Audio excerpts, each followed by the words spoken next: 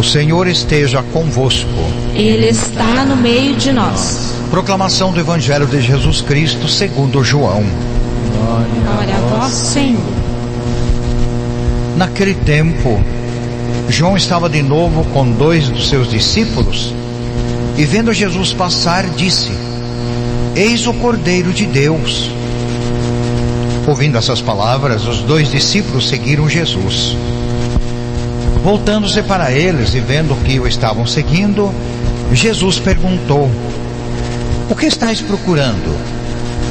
E eles disseram: Rabi, que quer dizer mestre, onde moras? Jesus respondeu: Vinde ver. Foram, pois, ver onde ele morava, e nesse dia permaneceram com ele. Era por volta das 4 da tarde. André, irmão de Simão Pedro, era um dos 2 que ouviram as palavras de João e seguiram Jesus. Ele foi encontrar primeiro seu irmão Simão e lhe disse: Encontramos o Messias, que quer dizer Cristo. Então André conduziu Simão a Jesus. Jesus olhou bem para ele e disse: Tu és Simão, filho de João. Tu serás chamado Cefas, que quer dizer pedra. Palavra da salvação. Glória a vós, Senhor. Caríssimos irmãos e irmãs, pela fé e pela graça de Deus, paz e bem. Paz e bem. Sempre nossa alegria a todos, e a alegria podermos juntos celebrar a Eucaristia. Nós fazemos a missa um pouco mais curta, mas fazemos toda ela com dignidade, vocês sabem, né? É a orientação da CNBB, porque nós estamos num ambiente fechado. E nesse tempo de pandemia nós nos ajeitamos em algumas coisas. Veja, nós estamos celebrando o 2º domingo do tempo comum. Tempo comum não é o tempo daquelas grandes festas, como é o tempo do Natal e o tempo da Páscoa. Tempo comum se caracteriza mais pela missão de Jesus e pela missão da comunidade: pregar o Evangelho. E hoje nós temos ali uns textos muito bonitos para a gente meditar. Primeiro, do livro de Samuel, onde aparece a vocação de Samuel, não é? Samuel é um pequeno jovem, é um jovem ainda, e ele está no templo onde está a arca do Senhor. Ele está dormindo e ele escutou um chamado: Samuel, Samuel. E aí ele pensou que foi o sacerdote que o estava chamando, então foi até o sacerdote Eli, perguntou: Me chamaste? Aqui estou. Ele disse: Não chamei não. Você acha que está sonhando, né? Volta a dormir. E aí aconteceu uma segunda, uma terceira vez. Terceira vez o sacerdote disse para ele: Olha, eu acho que é o Senhor que está te chamando, né? Se por acaso acontecer de novo, você vai responder: Fala, Senhor, que teu servo escuta. Acontece que ainda Samuel era um jovem, era bem novo, e ele ainda não tinha conhecimento da palavra de Deus. Ele não conhecia o Senhor ainda. E aí, depois que ele conversou com o Senhor e disse: Fala, Senhor, que o seu servo escuta, ali diz que ele crescia e se fortificava, se fortalecia, e ele cada dia mais entendia a palavra de Deus, e Deus estava com ele, e ele então se tornou o grande profeta e grande sacerdote, grande profeta. Mas aqui aparece um chamado vocacional, não é? Até nós devíamos comentar muito sobre as vocações nesse tempo, porque vocês sabem que a igreja atualmente está tendo assim poucas vocações, uma dificuldade bem grande encontrar pessoas que decidam, pelo menos para a vocação sacerdotal e religiosa, não é? De repente, para a vocação de um leigo, de alguns ministérios ainda nós temos, mas a vocação religiosa, sacerdotal, não está fácil, não. Agora, conforme o chamado que Deus fez a Samuel, Samuel não conhece o Senhor, então ele não conseguiu discernir, saber que era o Senhor que chamava. Quem é que ajudou ele a entender que era o Senhor que chamava? Foi o sacerdote Eli. E depois então, quando ele entendeu que era o chamado de Deus, ele começou a aprofundar-se na palavra do Senhor. Então um ponto importante é a palavra de Deus, que ajuda a gente a compreender a missão, compreender o chamado de Deus, e assim a gente pode responder generosamente. Se a gente não conhece o Senhor, não tem como responder. E a gente pode conhecer o Senhor através de outras pessoas, não é? Então, peçamos ao Senhor que tenhamos muitas vocações, que a gente compreenda o chamado de Deus, não o chamado que o mundo está fazendo hoje. O chamado do mundo de hoje é o chamado brabo demais, que vocês sabem como é que é.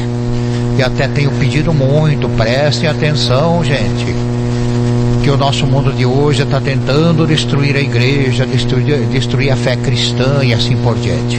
Mas nós queremos ser firmes na fé e sermos vocacionados do Senhor, se não como sacerdotes, mas pelo menos como pessoas leigas, que assumem a sua vocação dentro da igreja, assumem os seus ministérios, assumem a sua missão de evangelizar. O evangelho também de hoje traz a vocação dos discípulos, conforme o evangelho de João. E ali aparecem dois Joões, né? O primeiro João que aparece ali é o João Batista, que tinha seus discípulos, e ele está andando lá com dois dos discípulos, e de repente ele enxerga Jesus e diz para eles: olha lá, eis o Cordeiro de Deus. Nós conhecemos bem, né? Eis o Cordeiro de Deus, quando a gente levanta a Eucaristia, né? Cordeiro de Deus que tira o pecado do mundo. Mas é interessante que João Batista não falou: olha lá Jesus, ó, aí eu batizei ele, ó, é aquele lá, ó. E ele falou: eis o Cordeiro de Deus, significa olhou para a missão de Jesus, o que ele iria realizar, o Cordeiro Pascal que iria dar a vida pela humanidade. Aí Jesus percebe que eles estão seguindo, não é? E aí vem um diálogo muito interessante, né? Que acontece entre eles e Jesus, não é? Estão seguindo Jesus, e Jesus, voltando para trás, não é? Viu-os seguindo e perguntou: o que estáis procurando? Eles disseram: Rabi,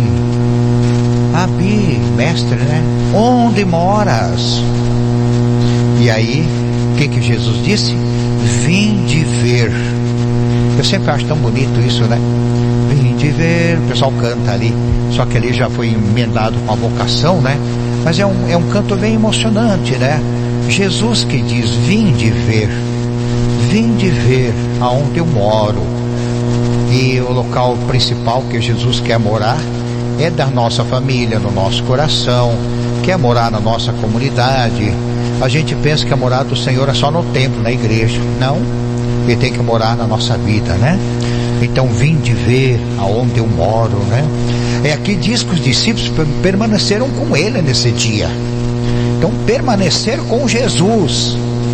Olha como é importante, gente. Por isso que eu insisto nesse tempo de hoje, nossa vida, olha, vamos permanecer com Jesus, não vamos abandoná-lo, não é? E aí André, que era um dos seguidores de João, foi chamar o seu irmão Simão Pedro, não é? E aí levou Simão Pedro até Jesus e disse para ele: ó, encontramos o Messias. O Senhor levou até Jesus. Aqui tem uma outra cena muito interessante, porque Jesus, quando viu Simão Pedro, o nome dele é apenas Simão, olhou para ele, aqui no texto diz assim, olhou bem para ele e disse: tu és Simão, filho de João. Outras traduções colocam filho de Jonas, né? Tu serás chamado Cefas, que quer dizer pedra. E daí vira Simão Pedro, que é pedra, né? Simão Pedro. E daí no final do Evangelho de João, se você tiver curiosidade, leia o capítulo 20 de João, vocês vão ter lá Simão, filho de João, tu me amas mais do que esses? Sim, Senhor. Então apacenta meus cordeiros, minhas ovelhas. Então no Evangelho, no final do Evangelho de João, ele vai colocar a missão de Pedro de governar a igreja. Primeiro recebeu a missão, dupla missão, a missão de ser discípulo, com a missão de anunciar o Evangelho, a missão de ser um dos discípulos da primeira comunidade de Jesus, e terceiro lugar, no final do Evangelho, coloca Pedro com a missão de governar a igreja, ser o primeiro papa da igreja. Apacenta meus cordeiros, apacenta minhas ovelhas. Então aqui nasce a vocação dos discípulos. Na realidade, queridos irmãos, nós devemos pensar assim: como é que nasce a nossa vocação? Vocação como leigos da igreja, que conhecem da igreja. Você sabe que um grande mal é a gente não conhecer o Evangelho, não conhecer a Bíblia e não conhecer a igreja. Não façam como para muita gente que a Bíblia é uma dor de cabeça. Tem muita gente que se chama evangélico e a Bíblia é uma dor de cabeça. Conhece uns textos apenas. Nós precisamos conhecer a Bíblia, gente. Não profundamente, de repente, mas pelo menos o essencial que caracteriza a nossa missão, a missão de evangelizar, a missão de nós construirmos o reino de Deus, a missão apostólica, a missão da igreja. Então nós deveríamos ter um conhecimento melhor, não é? Para que a gente não fique perdido e iludido com as propostas que o mundo oferece. Então, sejamos vocacionados sempre do Senhor, em vista do seu reino, em vista da pregação do Evangelho. Louvado seja nosso Senhor Jesus Cristo.